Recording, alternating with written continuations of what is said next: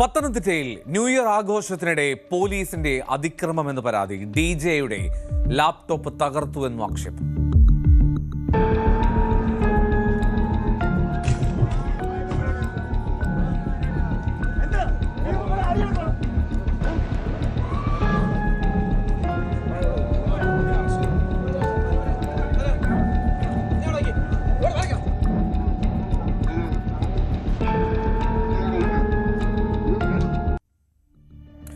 പുതുവത്സര രാവിലെ ഏതാണ്ട് പുലർച്ചെ 1:15 ഈ സംഭവം.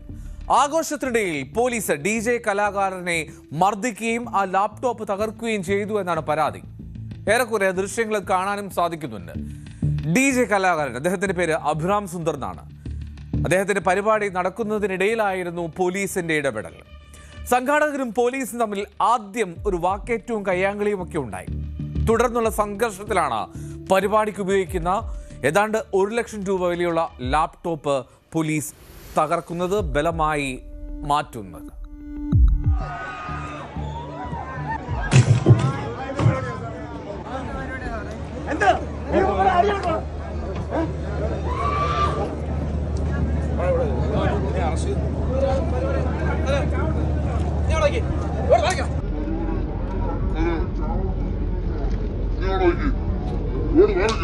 ഈ വിഷയത്തിൽ പോലീസ് പറയുന്നത് പക്ഷേ മറ്റൊന്നാണ്.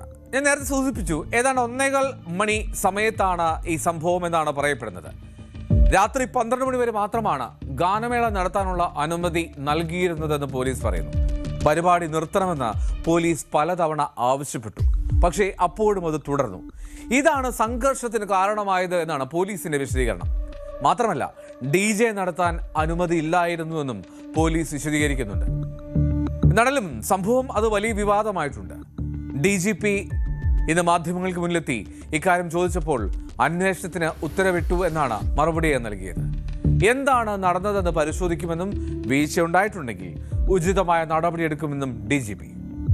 അതിൽ ആവശ്യമുള്ള ഇതിലുള്ള പ്രീമിയം എൻക്വയറി എടുത്തിട്ട് മുൻപോട്ട് നടപടി സ്വീകരിക്കാൻ പോകുന്നതാണ്.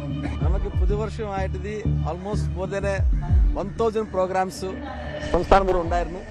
പോലീസ് എല്ലാ ഭാഗത്തിലും കൂടെ ജനങ്ങളുടെ സുരക്ഷ ഉറപ്പാക്കാൻ വേണ്ടി നമുക്ക് ഉണ്ടാക്കിയിട്ടുണ്ട്. ഒന്നും സംഘടന സംഭവിച്ചിട്ടുണ്ടെങ്കിൽ അത് തീർച്ചയായിട്ടും നമ്മൾ അതിൽ എൻക്വയറി എടുത്തിട്ട് ആവശ്യം നടപടി സ്വീകരിക്കാൻ പോകുന്നത്. പോലീസ് ആ ലാപ്ടോപ്പ് ബലമായി വാങ്ങിയതും അത് ഒരു തകർക്കുന്ന മട്ടിൽ അത് കൈകാര്യം ചെയ്തുമൊക്കെയാണെന്ന് തോന്നുന്നു കൂടുതൽ വിവാദമായത്. പ്രത്യേകിച്ചും പോലീസിന്റെ നടപടികൾ വലിയ തോതിൽ വിമർശന വിധേയമാകുന്ന കാലഘട്ടമാണ്. എന്തും സമൂഹ മാധ്യമങ്ങളിൽ വളരെ പെട്ടെന്നെത്തുന്ന സമയമാണ്. ഇതൊന്നും ആലോചിക്കാതെ പോലീസ് നടത്തുന്ന ഈ രീതികളുണ്ടല്ലോ. ഒരു തരത്തിലും പോലീസ് പറയുന്നത് പോലെ 1 മണിക്ക് ശേഷം അത് നടത്തിയിട്ടുണ്ടെങ്കിൽ അവിടെ സംഘാടകരുടെ ഭാഗത്തും വീഴ്ചയുണ്ട് എന്ന് തന്നെ പറഞ്ഞു വെക്കുന്നു 24.